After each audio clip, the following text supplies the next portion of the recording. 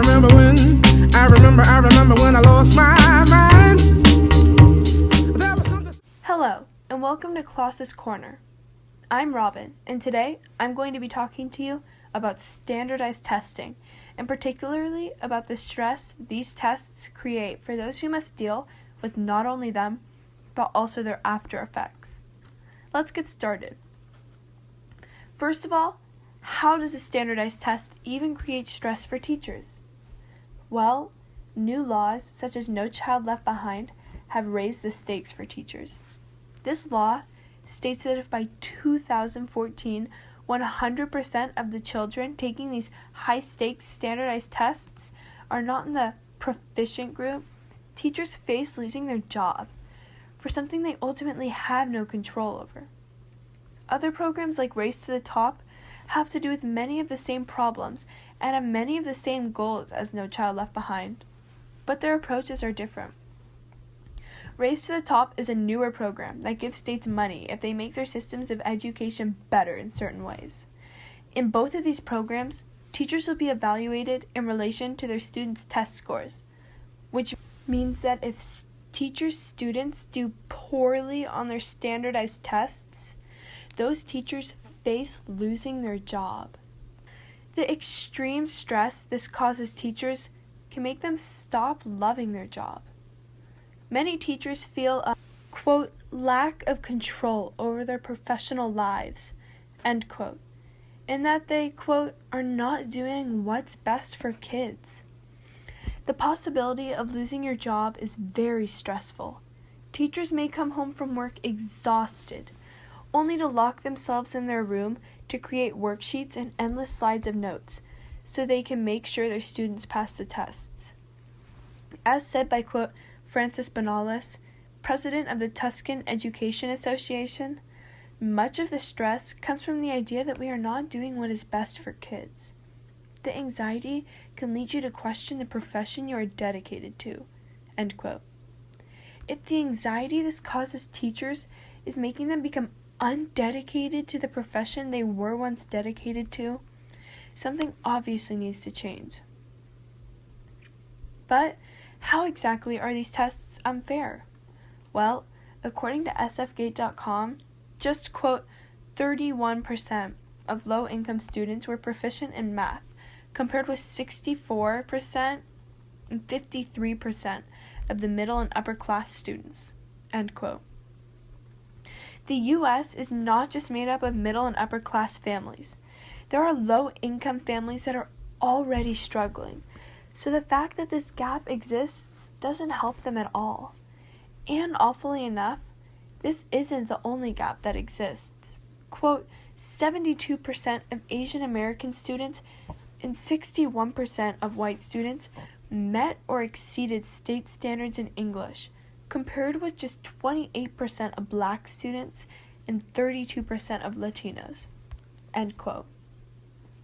If these tests aren't fairly testing students of all classes and races, there are many other alternatives that can be used, like multiple measures. Multiple measures is when you take many different samples of required assignments throughout the year and assemble those together. You can also use game-based assessments, which are assessments that are made to look like games. They test the same things as current standardized tests and also test emotions. These assessments also have a 30-second break every 20 minutes, so that the test taker doesn't become frustrated. Lastly, social and emotional surveys are also an option. These surveys are meant to last no more than 20 minutes and, quote, measure levels of hope, engagement, and well-being, end quote. Some of these alternatives are already starting to be tested. Lastly, education is not the only thing searched for when someone is looking to hire a new employee. The job recruiter is looking to see how well they connect with the potential employee and is trying to predict whether or not this employee will fit into the current system in their business. Things like curiosity, reliability, and empathy are not tested for on the standardized tests, but can make or break whether an employee will get the job they are wishing for. According to one study, the hope scores of students who already took the social and emotional surveys do a better job of, quote, predicting college persistence in GPA than do high school GPA, SAT, or ACT scores, end quote. But I can see why someone may not support getting rid of standardized testing. Proponents claim that the tests are inclusive and non-discriminatory because, quote, the tests ensure content is equivalent for all students, end quote. But when thought about, is this really a valid point?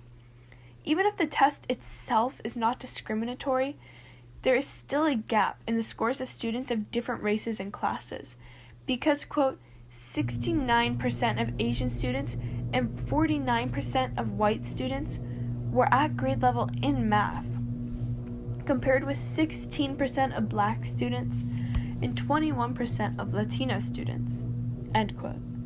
Many also think that these tests minimize stress for parents because testing is a, quote, expected way of assessing what students have learned, end quote.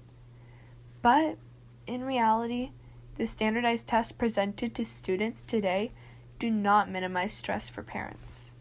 They enhance it. A lot of the time, if a child is stressed, the parent will be also. Many students actually develop a psychological problem due to the standardized testing. Quote, about 11% of these children surveyed reported severe psychological symptoms tied to the assessments, end quote.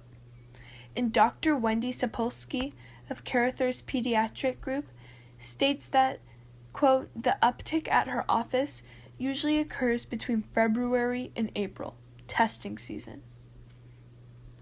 During these months, she said she typically sees a new patient each day suffering some level of test-related anxiety, with symptoms ranging from stomach aches to panic attacks, end quote. If that wouldn't create stress on the parent's part, I don't know what would.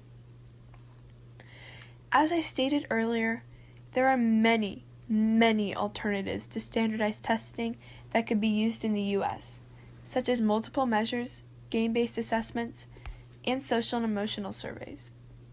Thank you for tuning into today's podcast, and I hope you enjoyed it. If you would like to find out more about this interesting topic, make sure to click the links listed below. Thanks again! I remember